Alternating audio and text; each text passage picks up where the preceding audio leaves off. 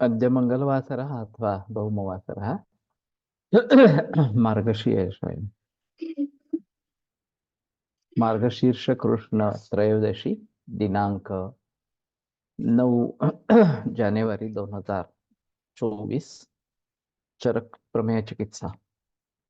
शङ्खं चक्रं जलौकान् दधतमृतघटं चारुदौर्भिश्चतुर्भिः सूक्ष्मस्वच्छातिहृद्यां शुकपरिविलसन् मौलिमम्भोजनेत्रं कालाम्भोदोज्ज्वलाङ्गं कटितटविलसच्चारुपीताम्बराढ्यं वन्दे धन्वन्तरिं तं निखिलगदवनप्रौढदावाग्निलीलं ब्रह्मणो हि समारब्धामात्रेयाद्येषु पूजिताम् अस्मदाचार्यपर्यन्तां वन्दे गुरुपरम्पराम् आयुर्वेदरतं वन्दे माधवाख्यं महागुरुम् आयुर्वेदामृतं सर्वं शिष्येभ्यो यः प्रदत्तवान् द्रष्टाज्ञानी दुष्टकर्मा कृतकर्मा तथैव च अध्यापकोऽभिषक्श्रेष्ठो महान् संशोधकस्तथा गुणैरेतैः समुदितैः यत्कार्यं प्रतनोद्य सः समृद्ध्यर्थं हि कार्यस्य वयं नु प्रयतामहे सरस्वत्यै नमो यस्याः प्रसादात् पुण्यकर्मभिः बुद्धिदर्पणसङ्क्रान्तं जगदध्यक्षमीक्षते आत्रेयं प्रथमं वन्दे आयुर्वेदजगद्गुरुम् आयुर्वेदामृतं सर्वं गृहीत्वा हि सुरेश्वरा अग्निवेशादिकेभ्यो यत् प्रयच्छत् मुनिसत्तमः प्रथमं तन्त्रकर्तारम् अग्निवेशं नमाम्यहम्।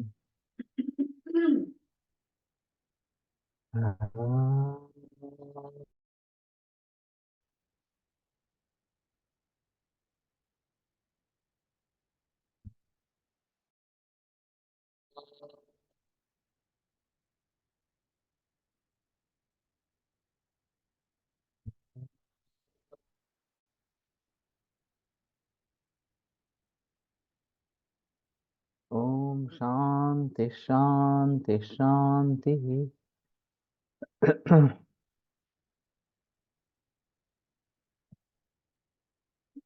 स्निग्धस्य योगा विविधा प्रयोज्याः कल्पोपदिष्टा मलशोधनाय। तो एकदम स्नेहन होने के बाद कल्पस्थान में जो बताए हुए मलशोधन के लिए विविध प्रयोग है उनका प्रयोग करना है दोष शोधन के लिए। ऊर्ध्वं तथा अधश्च मलेप नीते नेहेषु संतर्पणमेव कार्यम। और ऊर्ध्व आधा इस प्रकार से दोषों को एक बार निकाल दिया जाए तो मेह में संतर्पण ही करना है। ये संतर्पण में एव कार्यम, ये बहुत महत्वपूर्ण इस प्रकार का है।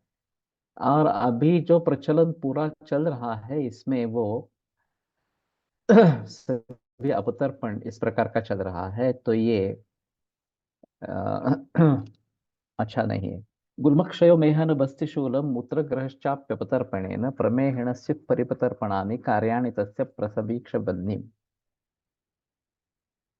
तो गुल्म क्षय मेहन बस्तिशूल इस प्रकार का और मूत्रग्रह ये अपतर्पण से निर्माण होते हैं। तो अभी यूरिन का प्रमाण कम होता होना, मूत्रग्रह एक प्रकार से होना ये प्रमेह का उपद्रव है। जहां प्रभुताविल मूत्रता ये लक्षण है और वहां मूत्रग्रह इस प्रकार से अपतर्पण से होता है। और खास करके ये किडनी फेलियर में स्पष्ट रूप से दिखाई देता है। तस्वन्निम प्रसमीक्ष्य अग्नि को देखते हुए तस्य परितर्पणानि कार्याणि, उसका संतर्पण या परितर्पण, परितर्पण का मतलब सभी तरीके से पर संतर्पण इस प्रकार का होगा। इसमें अग्नि एक अहम मुद्दा है कि अग्नि अच्छा है तो संतर्पण जो भी हम खाना दे देंगे उससे हो जाएगा, लेकिन अग्नि अच्छा नहीं तो आम बनेगा। और खास करके सौमनस्य के अभाव में ये आम बनना काफी कॉमन इस प्रकार का है। और इसलिए मन करारे प्रसन्न मन को प्रसन्न रखना है, ये बात इसमें अहम इस प्रकार की होती है। और अपतर्पण नहीं करना है, ये एक महत्वपूर्ण इस प्रकार की चीज रहेगी। तो अभी मेरे पास कैंसर के मरीज आते हैं, उनको कुछ लोगों को डायबिटीज शुरू से ही होता है। और डायबिटीज की दवा चलती रहती है। फिर कैंसर के लिए केमोथेरेपी, रेडिएशन वगैरह ऐसी बातें चलती रहती है। तो मैं केवल उनको जब दूध के ऊपर रखता हूँ, देसी गाय के दूध के ऊपर, तो डायबिटीज अपने आप कंट्रोल हो जाता है। एंटी डायबिटिक जो भी दवाइयाँ है या इंसुलिन है, वो धीरे धीरे कम होके बंद हो जाता है। तो इसमें दो प्रकार से फायदा होता है। एक तो संतर्पण होता रहता है, दूध वैसे द्रव होने के कारण पचन में हल्का है, और सुधा के अनुसार अगर दूध लेते हैं तो पचन होने में दिक्कत नहीं आती। और फिर भी वो संतर्पण है, रसायन है, वाजीकरण है, तो इन सभी दृष्टि से दूध का अच्छा परिणाम हो सकता है। तो सीकेडी के पेशेंट्स में मैं काफी मरीजों को केवल दूध पे रखता हूँ, जिनमें ये डायबिटीज या हाइपरटेंशन, हाइपरटेंशन का एक अलग माहौल रहता है। और हाइपरटेंशन की कुछ दवाइयों के जरिए भी किडनी फेलियर होता है, तो हमें उसके बारे में थोड़ा सजग इस प्रकार का होना चाहिए। तो कृश व्यक्ति और अपतर्पण से ये गुल्म, क्षय, मेहन, वस्तिशूल इस प्रकार से निर्माण होते हैं। और अग्नि को देखते हुए ये करना चाहिए, देना चाहिए, संतर्पण देना चाहिए। संशोधनम नार्हति यः प्रमेय ही तस्य क्रिया संशमनि प्रयोज्य। जो संशोधन के लिए अनर्ह है, उसको संशमन इस प्रकार की क्रिया देनी है। मंथः मंथः कषायाः वचूर्ण लेहाः प्रमेह शांत्यै लघवश्च वक्षाः। तो मंथ, कषाय, यवचूर्ण, उससे बने लेह इस प्रकार से। तो एक स्थूल प्रमेय ही अगर है तो यव का भली भांति प्रयोग किया जा सकता है। वैसे यव और गोधूम दोनों नित्य सेवनीय है। और फिर संतर्पण करना है तो गोधूम, और अपतर्पण करना है तो यव, इस प्रकार की बात हो सकती है। लेकिन गोधूम जो है वो हमारे शास्त्र के अनुसार तो अच्छा है। अभी एक ग्लूटेन के जरिए उसको काफी बदनाम किया गया है। तो देसी बीज इस प्रकार का गेहूं अगर प्रयोग में लाते हैं तो अच्छा इस प्रकार का रहेगा। यहाँ ज्योतिष शाह के यहाँ बंसी गेहूं मिलता है, जो देसी बीज का है इस प्रकार से। तो अभी जो संकरित इस प्रकार के जो बीज है, उनका सेवन नहीं करना, ये बात ध्यान में रखनी पड़ेगी। और यवचूर्ण काफी मात्रा में प्रयोग में ला सकते हैं, ऐसा है तो ये जरूर करने का। प्रमेह शांते लघवश्च भक्षाः, और लघु इस प्रकार के ही भक्ष्य पदार्थ उनको देने हैं। ये विष्कराय प्रतुदा विहंगाः तेषां जातसैर्जांगल मनोज्ञैः यवोदनं रूक्षमथापि वाट्यम अद्यात् ससक्तून अभिशाप्य पूपान।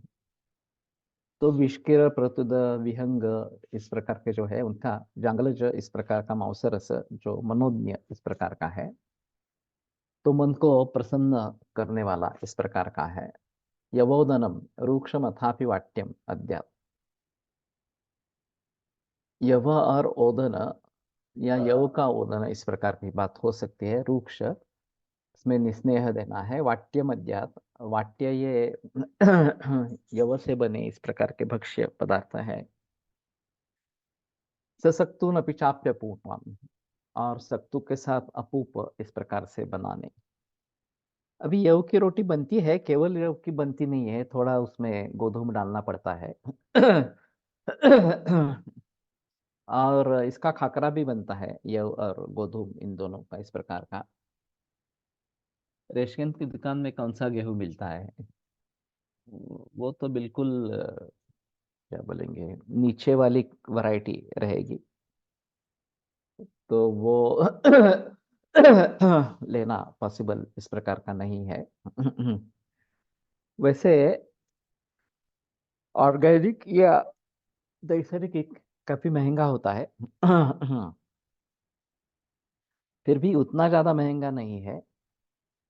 तो नॉर्मल से बस 15-20 रुपए ज्यादा इस प्रकार से लेने पड़ते हैं। देसी नहीं होगा वो।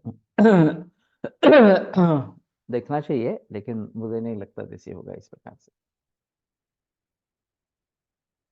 मुद्गादि विषय रसतिक्त शाखा ही पुराण शाल्योदनमादतीत।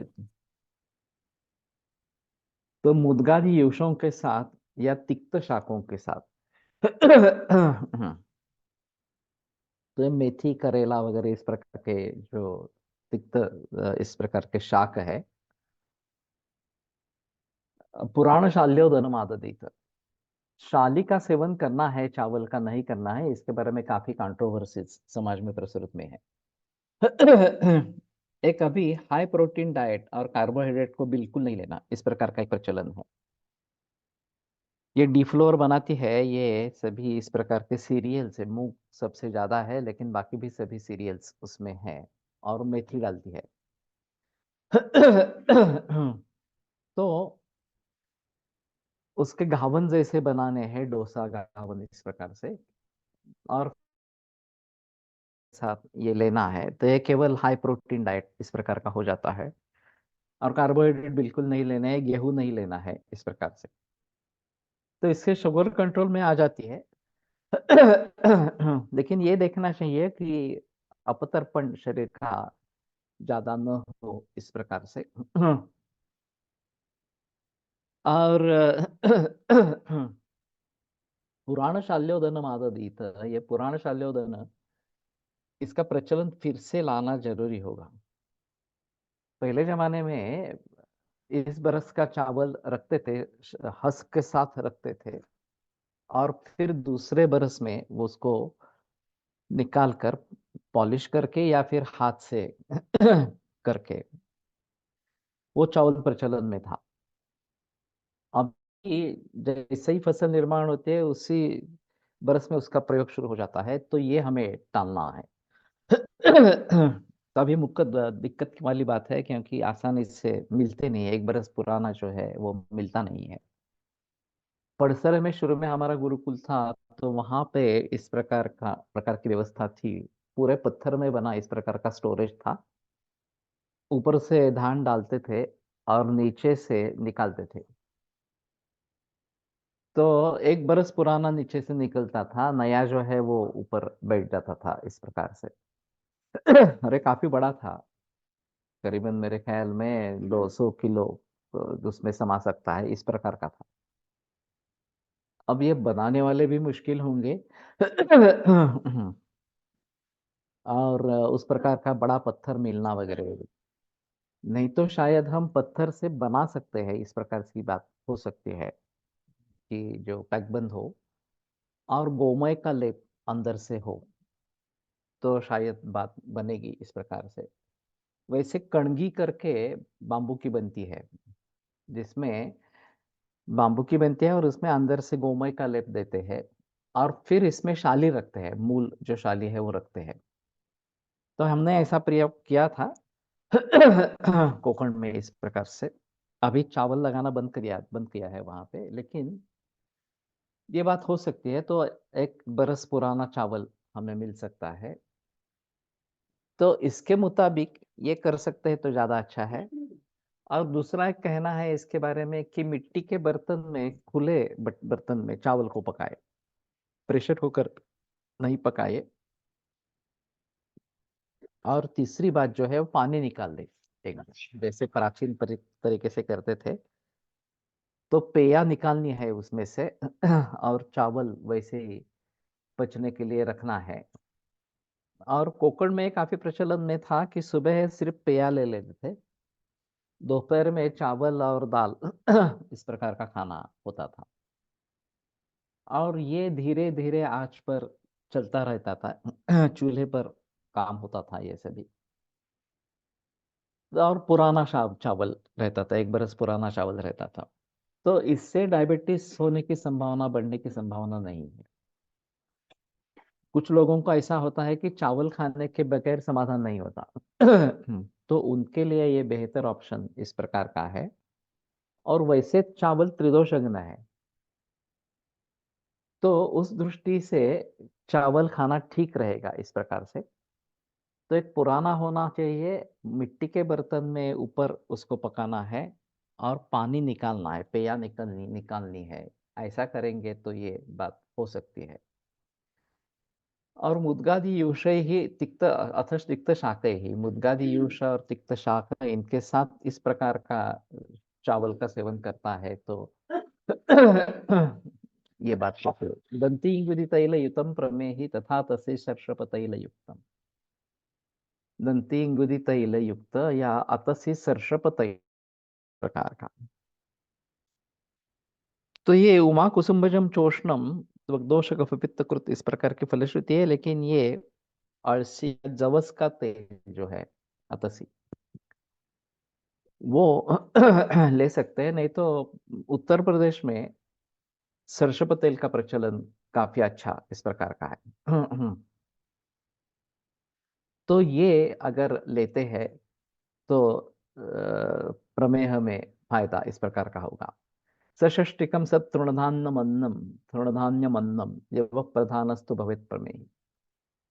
तो शाली षष्टिक और सतृणधान्यमन्नम, ये तृणधान्य जो है वो अभी मिलेट्स के रूप में इसका प्रचलन बढ़ना चाहिए।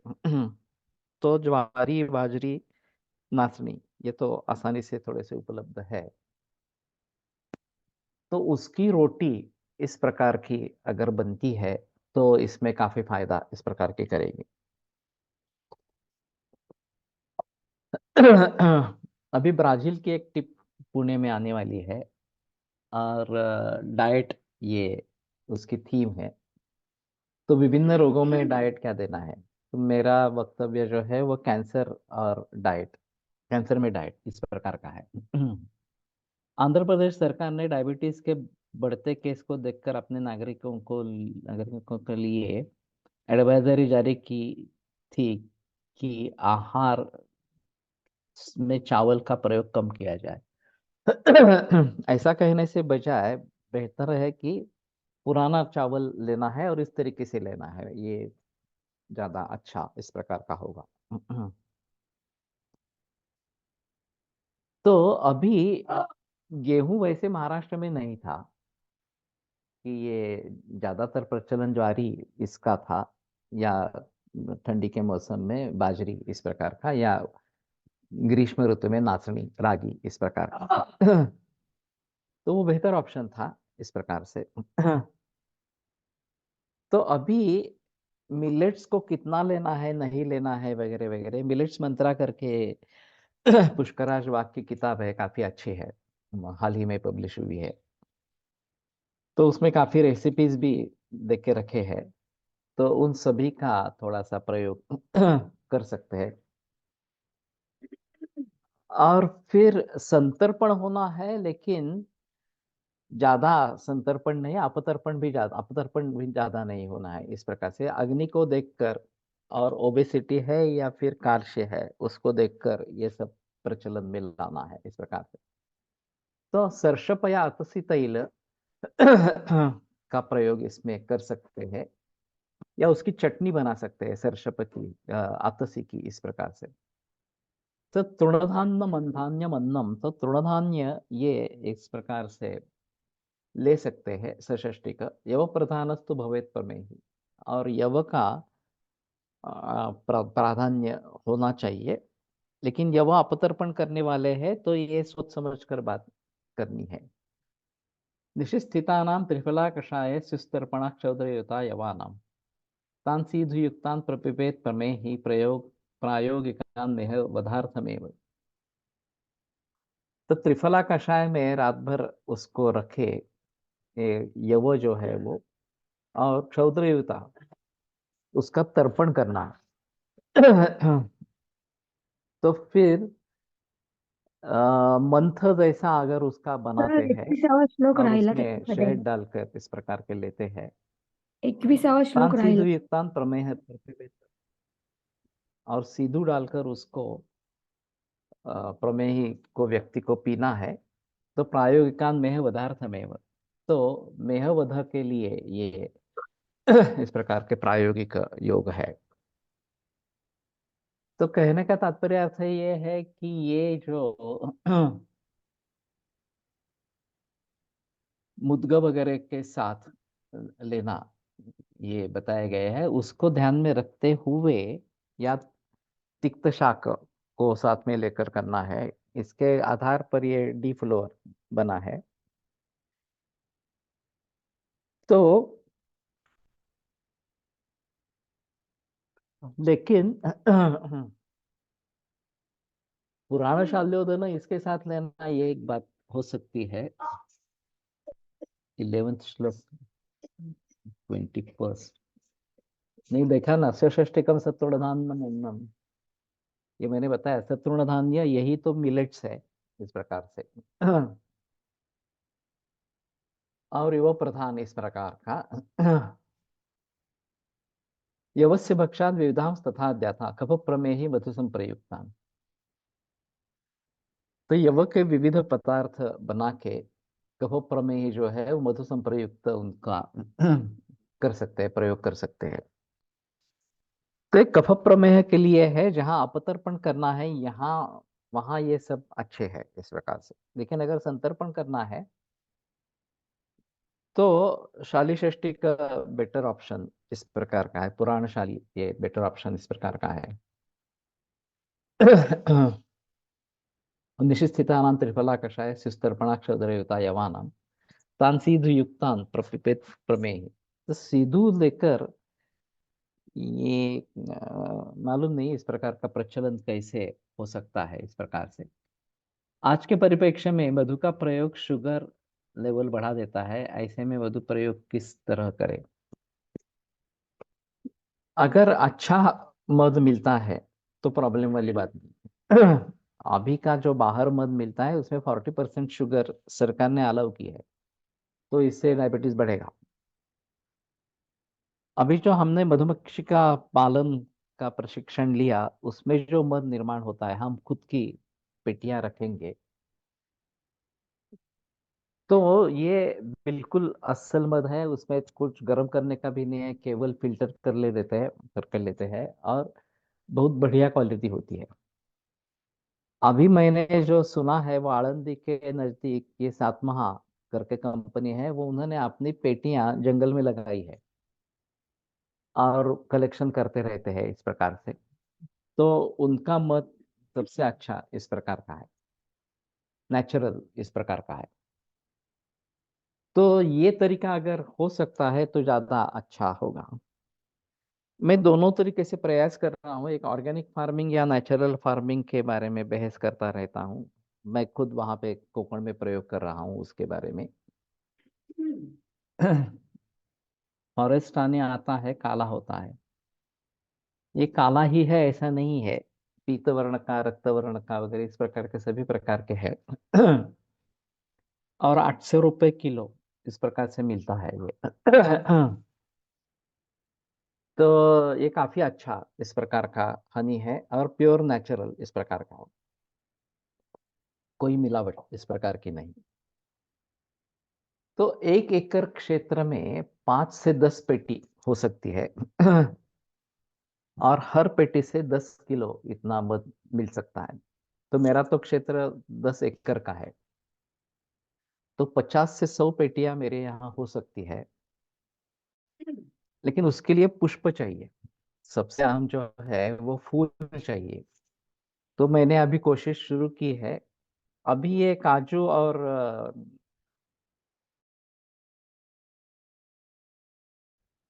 तो काजू में फूल आने लगे हैं, आम में भी फूल आने लगे हैं।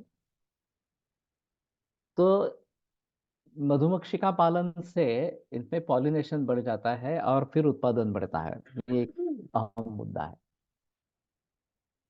तो वो मैं अभी करने जा रहा हूँ। Old honey become dark colour as compare new, बात हो सकती है। और मधु शर्करा भी बनती है, तत्तुल्या मधु शर्करा। तो इस तरीके से अगर अच्छा मध मिलेगा और ऑर्गेनिक फार्मिंग बढ़ेगा, तो ऑर्गेनिक फार्मिंग करने वाले में भी मधुमक्षिका पालन का कुछ प्रचलन नहीं है। सुभाष पालेकर नैसर्गिक खेती का ये करते पुरस्कार करते हैं, लेकिन वो भी मधुमक्षिका पालन के बारे में कुछ नहीं बताते। मधुमक्खियां अपने आप खेत पर आ जाए तो अच्छा है, ऐसा उनका कहना है। और दूसरी उनकी बात है कि हमें मध से कोई मतलब नहीं, मध जो है वो मधुमक्षिका का अन्न है और वो उसी के साथ रहना चाहिए, हमें उसको छीन कर नहीं लेना है। लेकिन फ्लेवर हनी भी मिलता है, जैसे नीम हनी, नीबी हनी, द्रव्य मधु कितना उपयोगी। वैसे ग्रंथों में मधुमक्खियों का जो वर्गीकरण है वो अलग है।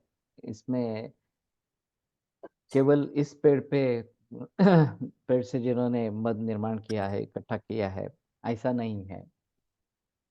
तो मेरे ख्याल में जहाँ पे ये मधुमक्खिका की पेटी रखी जाती है, वहाँ जितने भी पुष्प रहेंगे उसके आधार पर ये बेहतर ऑप्शन है कि विभिन्न पुष्पों से ये मधु मिलता रहे।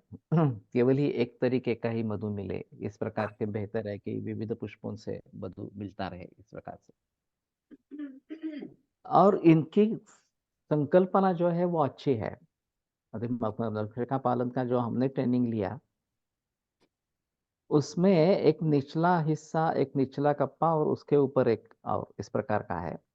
और नीचे वाला हिस्सा जब पूरा भर जाता है मधु से, तो मधुमक्खियां ऊपर आके फिर वहां पे फिर मध इकट्ठा करना शुरू करती है।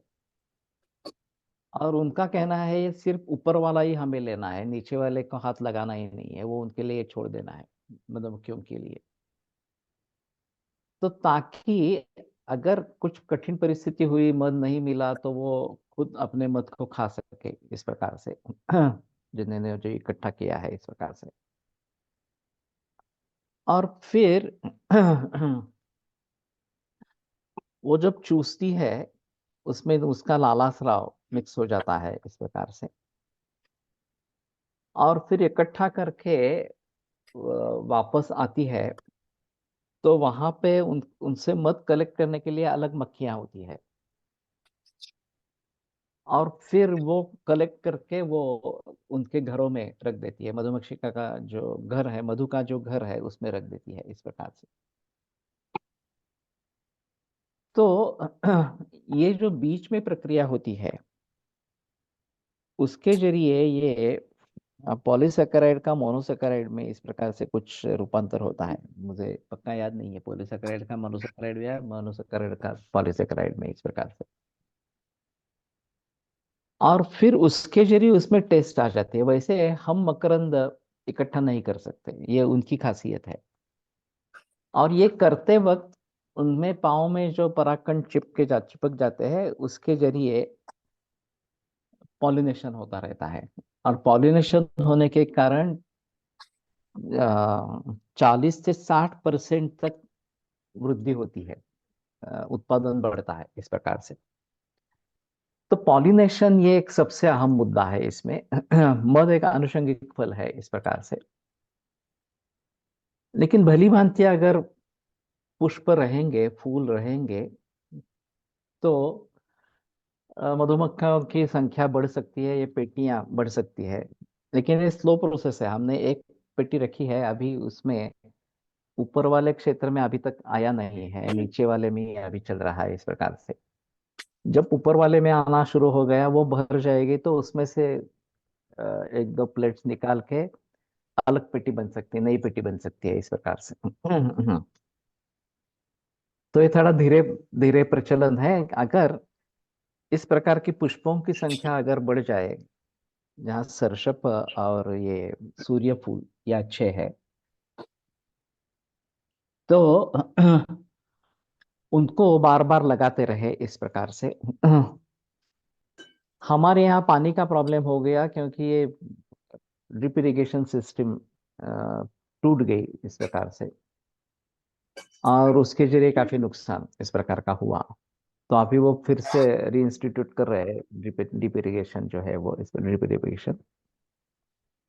अगले बरस में जो जो अभी गलतियां हुई है उनको ध्यान में रखते हुए अ, करेंगे, प्रयास करेंगे तो शायद ही बढ़ेगा। और मैंने करवंद को फेंसिंग में लगाया है। वो भी पेड़ बड़े नहीं हुए, बिल्कुल छोटे छोटे थे इस प्रकार से। तो अभी बढ़ेंगे वो। और एक बार उसमें फूल और करवंद ये आने लगेंगे तो एक उत्पादन भी बढ़ेगा फूल के जरिए, ये फिर अच्छा रहेगा इस प्रकार से। लैब में फूलों का मध अलग निकाल की क्या सके, ऐसा कोई प्रयोग प्रक्रिया डेवलप हुई, निकाल सके ऐसे ऐसे अभी तो नहीं हुई है। मालूम नहीं, टेक्नोलॉजी बहुत तेजी से आगे बढ़ रही है। लेकिन मुझे लगता है कि नैसर्गिक जो है वही करे और ऑर्गेनिक फार्मिंग में इसका प्रचलन बढ़े। तो मेरे दो तरीके के हैं। एक तो ऑर्गेनिक फार्मिंग की तरफ मुड़े या नैसर्गिक फार्मिंग की तरफ मुड़े। इसलिए मैंने वहां पे पर्यटन में वैद्यों के लिए ये अपील किया है कि जिनकी खेती है और वो कर नहीं रहे हैं, तो वो इस प्रकार की खेती करे। प्रेरणा हमारे फार्म से उनको मिलेगी और काफी सुझाव आएंगे क्या क्या करना है, कैसे करना है, इस प्रकार से। और फिर मधुमक्खी का पालन भी करें। तो हमारे लिए तो मध बहुत उपयुक्त चीज है। क्लिनिक में बेच सकते हैं मध इस प्रकार से। तो ये बात सही इस प्रकार की रहेगी, अच्छी तरीके से हो जाएगी, अच्छा मध हमें मिलेगा। हम च्यवनप्राश में डालने के लिए या बाकी दवाइयाँ अवलेह वगैरह बनाने के लिए इस प्रकार से। और लोगों को भी डिस्पेंस कर सकेंगे। लोग तो जनरली केवल अनुपान के रूप में मध लेते रहते हैं, लेकिन मधुचर्या वगैरह वगैरह इस प्रकार से भी बात हो सकती है। तो इस प्रकार से अगर करेंगे तो डायबिटीज पर काबू पा सकते हैं, ऐसा सभी का ये कहना। तो पालेकर का कहना था कि मध हमारे लिए नहीं चाहिए इस प्रकार से। तो मैंने प्रतिवाद किया था कि हमें तो चाहिए मध, आपको नहीं चाहिए तो ठीक है, आप लगाओ, हम मध इकट्ठा करेंगे, ये पेटी लगाओ इस प्रकार से। उनका कहना है नेचुरली अगर हो जाता है तो ठीक है, और ऑर्गेनिक फार्मिंग में नेचुरली आ जाते हैं। पिछली बरस ऐसे ही मार्च अप्रैल मैंने देखा तो मधुमक्खियां और ये फुलपाखरू, बटरफ्लाइज, ये अपने आप मेरे खेत में आ गई थी। तो मुझे पता चला कि ठीक है, हमारा खेत इनके लिए पसंद, इनके पसंद में आया है, जिसमें कोई पेस्टिसाइड्स वगैरह इस प्रकार के नहीं है, केमिकल्स का कोई प्रयोग नहीं है, इसीलिए वो आ गए इस प्रकार से। तो हमें हमारे यहाँ स्कोप है, तो हमने फिर ट्रेनिंग ले लिया और फिर अभी उसको कैसे बढ़ाएंगे इसके बारे में सोच रहे हैं। लेकिन ये एक अलग सोर्स ऑफ इनकम हो सकता है मध, केवल इस प्रकार से। तो अभी देखते हैं किस प्रकार से उसको आगे बढ़ाएंगे। अगले बरस थोड़ा और प्रयास करेंगे मधुमक्खी का की पेटी रखने के लिए। अभी एक स्टिंगलेस है, उसको बढ़ा रहे हैं अभी। उसमें बहुत ज्यादा नहीं मिलता, केवल पॉलिनेशन के लिए फायदा होता है। लेकिन उसको भी आगे बढ़ाएंगे तो ज्यादा अच्छा इस प्रकार का रहेगा। ये श्लेष्महे विहिताः कषायाः तैर्भावितानां पृथक् यवानां सक्तून अपूपान् सगुणान् सदहानान् भक्षांस्तथान्यान् विविधांश्च खादेत्। तो श्लेष्म में हमें जो कषाय बताए गए उनसे भावित यव इस प्रकार से, उनके सत्तू या अपूप, सगुणान सधानान, एक गुड़ भी उसमें बताया है।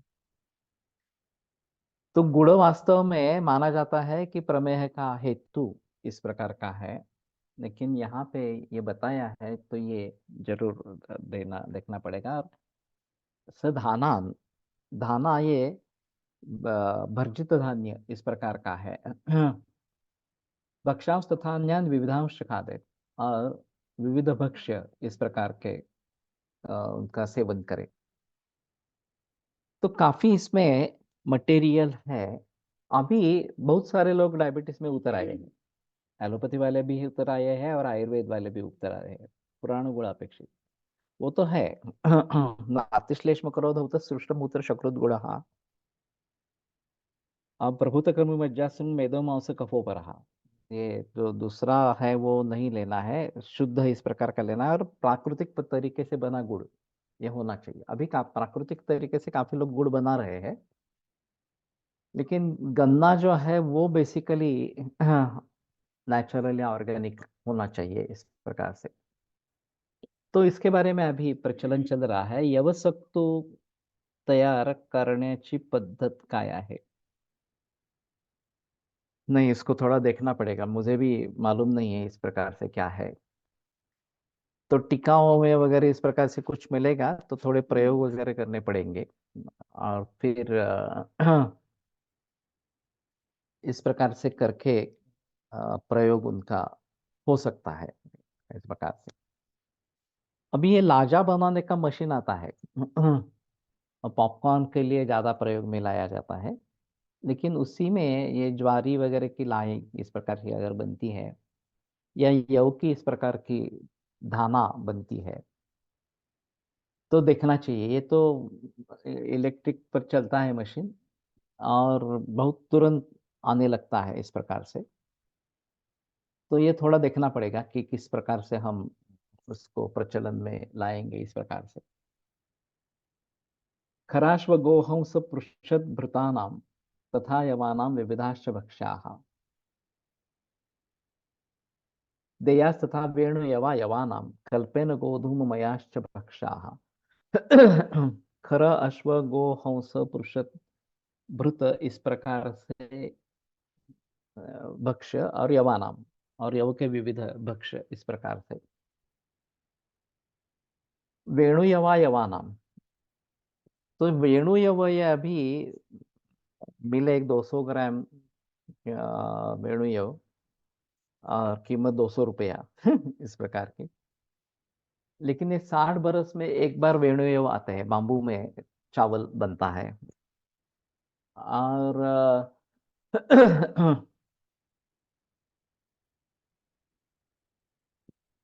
उनका प्रयोग, लेकिन ये काफी महंगा है और मिलना भी काफी मुश्किल इस प्रकार का है। तो ये बात हो सकती है। कल्पेन गोधूममयाश्च भक्षाः, और गोधूममय इस प्रकार के भी भक्ष्य देने हैं।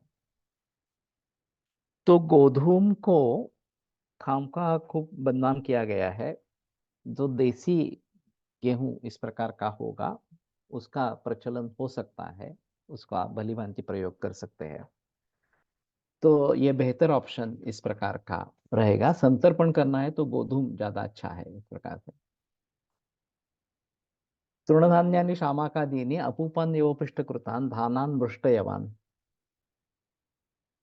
तो ये एक बार देखना, यवनो याव यवाकाराणी वंशबीजानी इत्यर्थ।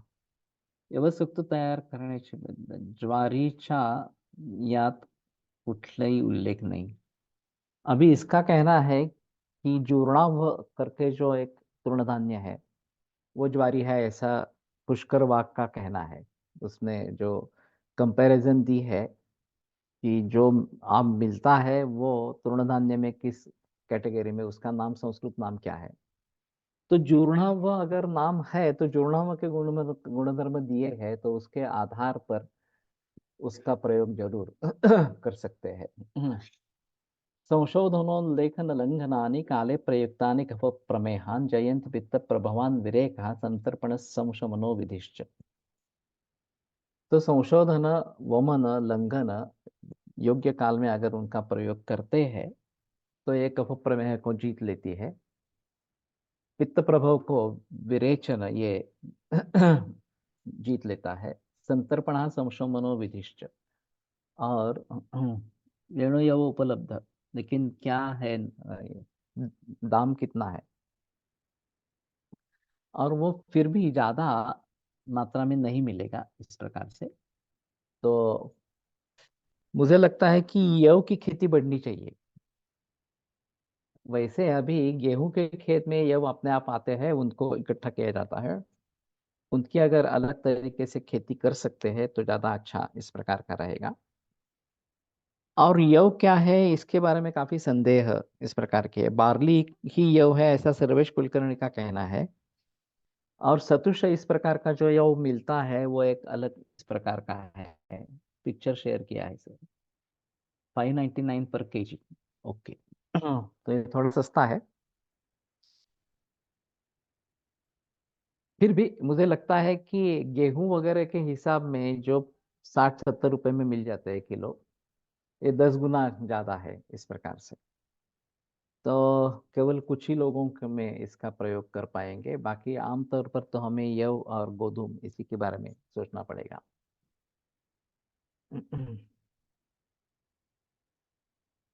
दार्विन सुराभाम त्रिफलाम समुस्ताम कषायम उत्काथ्य पिबेत प्रमेहि। तो दार्वी, देवदार, त्रिफला और मुस्ता, इनका कषाय करके वो पीना है इस प्रकार से। बार्ली नाम का बीज मिलता है। बार्ली वाटर वगैरह काफी प्रचलन में है। तो इसका चूर्ण भी आता है। सर्वेश कुलकर्णी की जो अनामय फार्मेसी है उसका चूर्ण भी बार्ली का प्रोवाइड करता है। तो अभी मैं सोच रहा था ये विडंगम नागरम क्षारक काललोह रजो मधु यवामलक चूर्णं च योगोतिस्थौल्य दोषजित। तो विडंग नागर क्षार वगैरह जो है वो एक एक हिस्सा लेने हैं। और यवा और आमल का चूर्ण 8-8 भाग लेने हैं। तो इसमें ये बार्ली का चूर्ण डाल सकते हैं और फिर उसका शहद के साथ देना है। ये ओबेसिटी में आया है। ओट्स आजकल ज्यादा प्रचलन में है, वजन में कम करना है में भी खूब लोग लेते हैं। 25 श्लोक ऑल्सो लेफ्ट।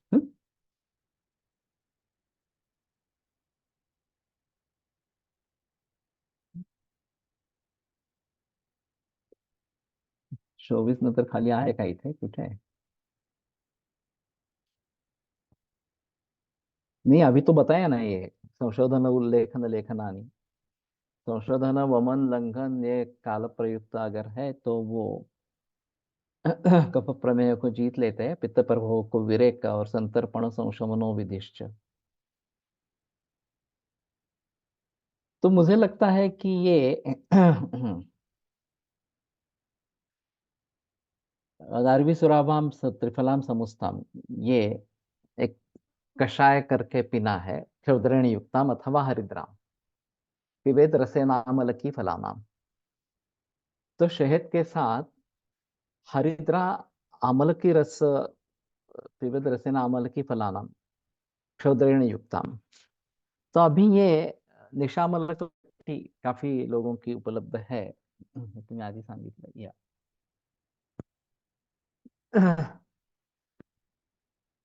तो जहां हल्दी और आंवला दोनों आते हैं वहां हरिद्रा चूर्ण लेना है, उसका अमल की स्वरस की भावनाएं देनी है और फिर शहद के साथ उसका प्रयोग करना है। ये काफी अच्छा इस प्रकार का है। तो निशामल कवटी इस नाम से मिलते हैं। बहुत सारी कंपनियों की अभी मिलने लगी है। तो ये अच्छा इस प्रकार का रहेगा। हरित की कटफल मुस्तलोधरम पाठा विडंगार्जुन धन्वनाश्च उभय हरिद्रे तगरम विडंगम कदम्बशालार्जुन दीप्यकाश्च। तो हरित की कटफल मुस्तालोध्र पाठा विडंग अर्जुन धन्वन। धन्वन क्या है?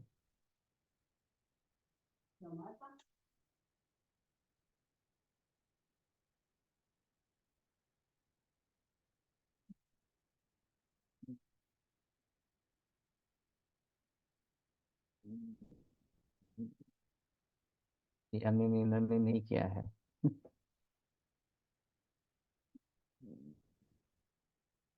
धनव्यास। धनव्यास का भी मतलब नहीं मालूम।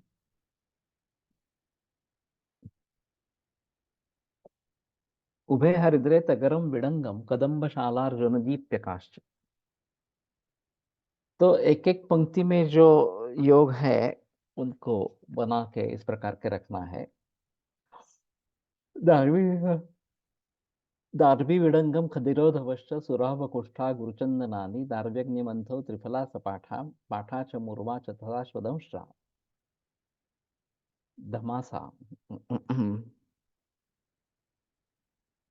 मुझे याद नहीं है, यास यवास वगैरह इस प्रकार के दुरालभा के पर्याय शब्द है।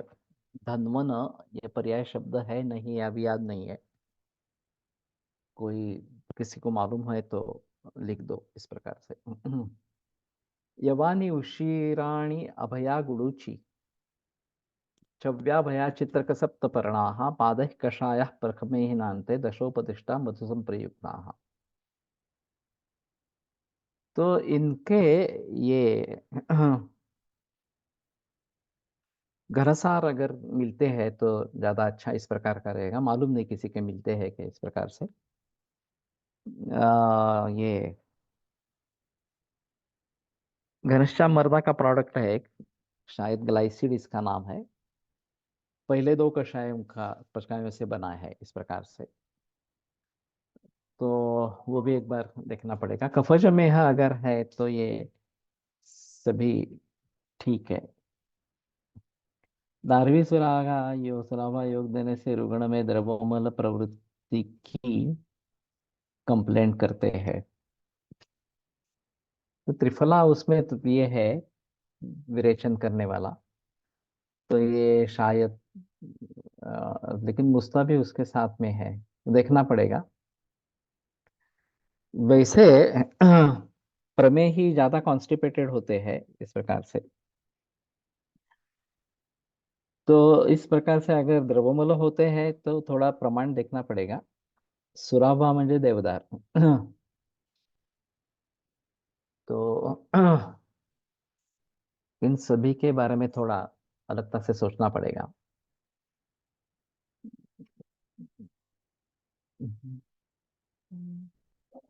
तो ऊपर वाले जो है वो कफमेह के लिए बताए गए। उशीर रौद्रांजनचंदनानाम उशीर मुस्तामलकाभयानाम पटोल निम्बामलकामृतानाम मुस्ताभया पद्मक वृक्षकाणाम लोध्राम्बुकालीयकधातकीनां निम्बार्जुनाम्रात निशोत्पलानां शिरीष सरजार्जुनकेशराणां प्रियङ्गुत्पन्नोत्पलकिंशुकानाम् अश्वत्थपाठासनवेतथानां कटङ्कटेर्युत्पलमुस्तकानां पैतेषु महेषु दश प्रदिष्टाः पादैः कषाया मधु संप्रयुक्ताः। सभी मत का प्रयोग है, ये अहम मुद्दा इस प्रकार का है। तो उसको भलीभांति ध्यान में रखना इस प्रकार के है।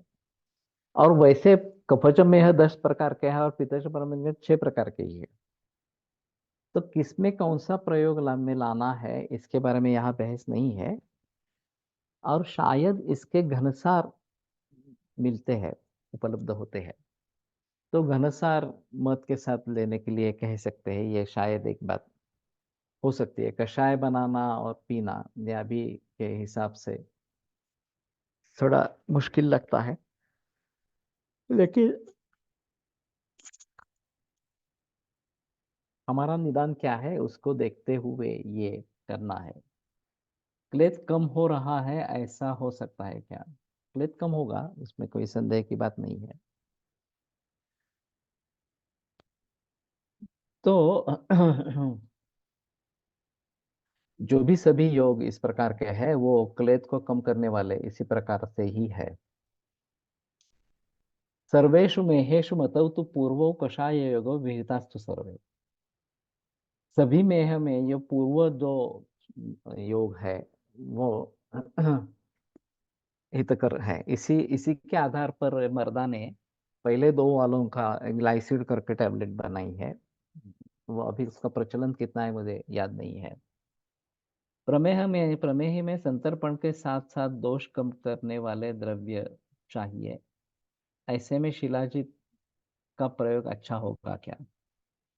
वैसे शिलाजीत का प्रयोग लोग करते ही है। उसमें कोई संदेह की बात नहीं। सरदेश मिश्र के अथर्व फार्मा फार्मा की मधुसूदन वट्टी करके आती है। उसमें शिलाजीत को हरिद्रा और अमलक की भावनाएं हैं, और वो तो केवल इसी का प्रयोग करते रहते हैं। मैंने भी कुछ मरीजों में इसका प्रयोग किया है जहाँ शिलाजीत देना उचित इस प्रकार का है। थोड़ा अपतर्पण है, रसायन है शिलाजीत, लेकिन थोड़ा अपतर्पण करने वाला इस प्रकार का है। तो ये अ, जरूर शिलाजीत का प्रयोग हो सकता है पित्तज प्रमेयासाठी, बरोबर।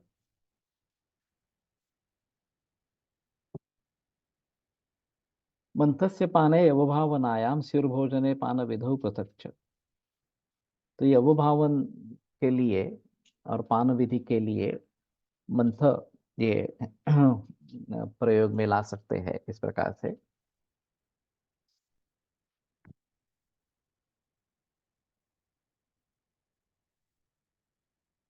कटंग कटरी मुझे याद नहीं है अभी। किसी को अगर मालूम है तो लिखे इस प्रकार से।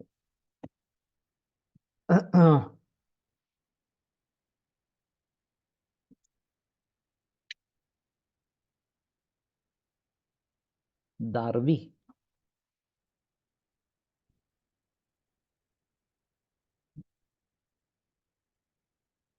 ही नाही, दारू हरिद्रा, कंटकारी, मुझे पक्का याद नहीं है अभी। मेरे ख्याल में दारू हरिद्रा का ही है सर ये। कटंग कटेरी पीताश, इस प्रकार का दारू हरिद्रा का जो श्लोक है दारवी का, तो उसमें कटंग कटेरी आया है, तो दारवी है इस प्रकार से। सिद्धानि तैलानि घृतानि चैव देयानि मेहेषु अनिलात्मकेषु।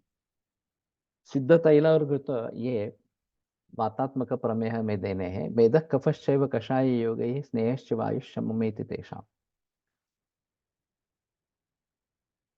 कषाय योगैः स्नेहैः मेदः कफश्चैव वायुश्च शममेति तेषाम्। तो मेद, कफ और वायु, इन तीनों का शमन करना है तो कषाय योग और स्नेह, इससे वायु का शमन इस प्रकार का हो जाता है। तो मुझे लगता है कि हमारे हिसाब में वातज पित्तज कफज इस प्रकार के प्रमेह में निदान करके फिर ये जो सभी कषाय योग बताए गए हैं उनका प्रयोग अगर हम करते हैं तो शायद बात बनेगी इस प्रकार से। लेकिन ज्यादातर कफज मेह के ही दिखाई देते हैं। और ये हमारे हिसाब में अगर आनुवंशिकता नहीं तो साध्य है। अभी ये सब क्लेम करते हैं, जगन्नाथ दीक्षित हो, माधव बाग हो, या फिर ये प्रमोद त्रिपाठी हो, या ये कुलकर्णी ये हो, ये डायबिटीज पूरी तरीके से ठीक होता है इस प्रकार का क्लेम कर रहे हैं, जो काफी इसमें एलोपैथी के डॉक्टर्स है।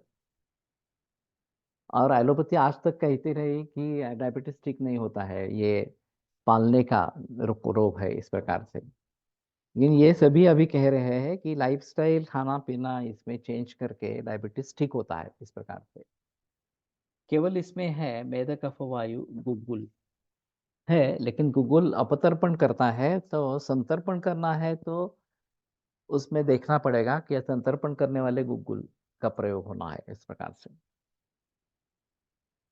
तो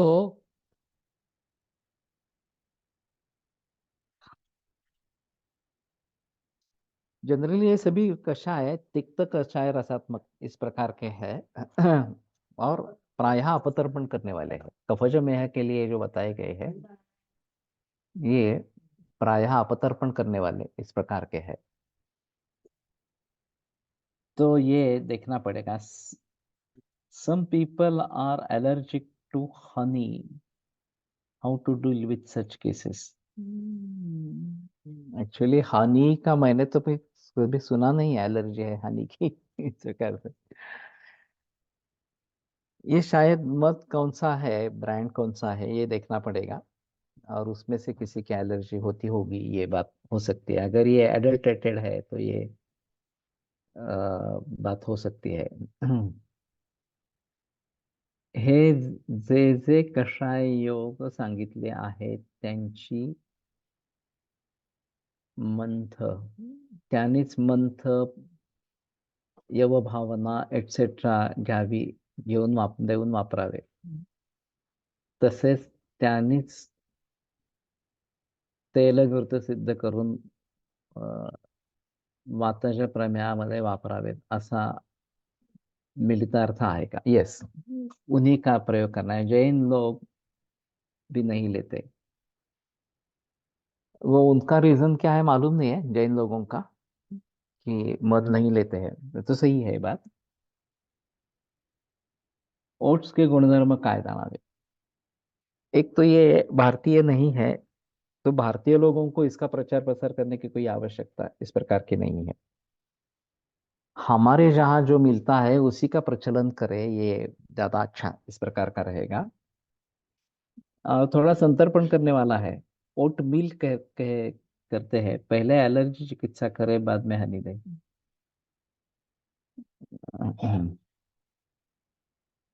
By honey, they get anaphylactic reaction and has to admit in hospital in emergency. ये कहाँ का है? भारत में ही है या विदेशों में है? What is the antidote of honey in case of indigestion of that? उसमें तो केवल लंघन ही है. उतनी मात्रा में लेना ही नहीं है हनी, हनी कम ही लेना है इस प्रकार से. What is the antidote of honey in case of Jain लोगों को हनी पशु हत्या लगती है सर, लेकिन इसमें पशु हत्या नहीं है. जो मधुमक्षिका की पेटी रखते हैं उसमें तो कोई हत्या नहीं होती. थोड़ा धूपन करते हैं तो मधुमक्खियां थोड़ी दूर हो जाती है, फिर निकाल लेते हैं और फिर से लगा देते हैं, मध लेकर निकाल लेते हैं और फिर पट्टी लगा देते हैं. तो किसी भी मधुमक्षिका को मारा नहीं जाता. अभी ये जो आम तौर पर लोग करते हैं, वो मारते हैं लोग मधुमक्खियों को. वो ठीक नहीं है, वो गलत है. लेकिन अगर आपको बिल्कुल अच्छा सोर्स मालूम हो कि जहाँ बिल्कुल हत्या नहीं होती, तो फिर प्रॉब्लम नहीं है. मधुमक्षी नशी से अन्न बाला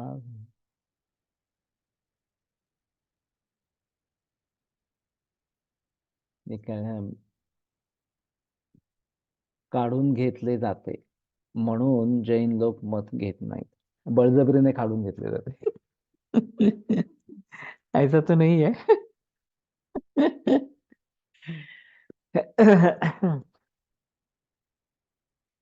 वैसे है कि ये खेती है एक तरीके की. जैसे हम अनाज करते हैं तो हम अनाज को भी बल बलपूर्वक निकाल लेते हैं, तो वो भी हत्या हो जाएगी. चावल हो, ज्वारी बाजरी वगैरह इस प्रकार की हो, मधुमाता प्रकोप करतो. ये सही है. उष्टे असते म्हणून नाही वापरत, मधमाशी उलटी करून मध साठवते म्हणून. उल्टी करती है ऐसा नहीं है, वो स्टोर करती है, वो दे देती है दूसरे को. ठीक है. अभी ये धर्म के बारे में कुछ बता नहीं सकते, और उसमें सही लॉजिक है नहीं है ये बात नहीं. जैसे हिंदुओं में भी काफी उपवास के बारे में जो संकल्पनाएं हैं वो गलत ही है, उसमें संदेह की बात नहीं है. तो ये साबूदाना वगैरह कैसे प्रचलन में आ गया मालूम नहीं है. ये सभी विदेशी पदार्थ है, ऐसे मूंगफली वगैरह जो है विदेशी पदार्थ है इस प्रकार से. लेकिन गलतफहमियां इस प्रकार की है. तो अगर हत्या होती है इसलिए नहीं करना है तो वो अलग है कि हत्या नहीं है इसमें. हमारे पास जो मत है वो निश्चित रूप से इस प्रकार का है, और वो प्रोसेस करती है. ये बात सही है, मध लेती है उसके ऊपर वो प्रोसेस करती है और फिर स्टोर किया जाता है इस प्रकार से. तो एक अद्भुत इस प्रकार की प्रक्रिया है. तो उसको भली भांति ध्यान में रखना अच्छा इस प्रकार का रहेगा. ठीक है, आज रुकते हैं. कल का लेक्चर होगा, परसों अमावस्या है. तो परसों का लेक्चर नहीं होगा, गुरुवार का। आयुर्वेद प्रकांडो निगदित इह हि शल्यतंत्र प्रधानः शिष्येभ्यः शाश्वतोऽयं निखिलजनकृपा व्याप्तचित्तेन येन आयुर्वेदस्य वाञ्छन् पुनरपि भुवने ताञ्च सुष्ठु प्रतिष्ठां श्रेष्ठं धन्वन्तरिं तं प्रणमति च सदा वैद्यवर्गो हि नूनम् वैद्यवर्गो हि नूनम्। हत्या असती तर पंचामृतात नाही आले असते। हाँ, ये भी बात हो सकती है प्रसाद के जरिए। तो पंचामृत तो अच्छा है खाना के लिए, ऐसा बहुत सारे लोग बताते हैं, और बालों को भी दिया जाता है। हम्म।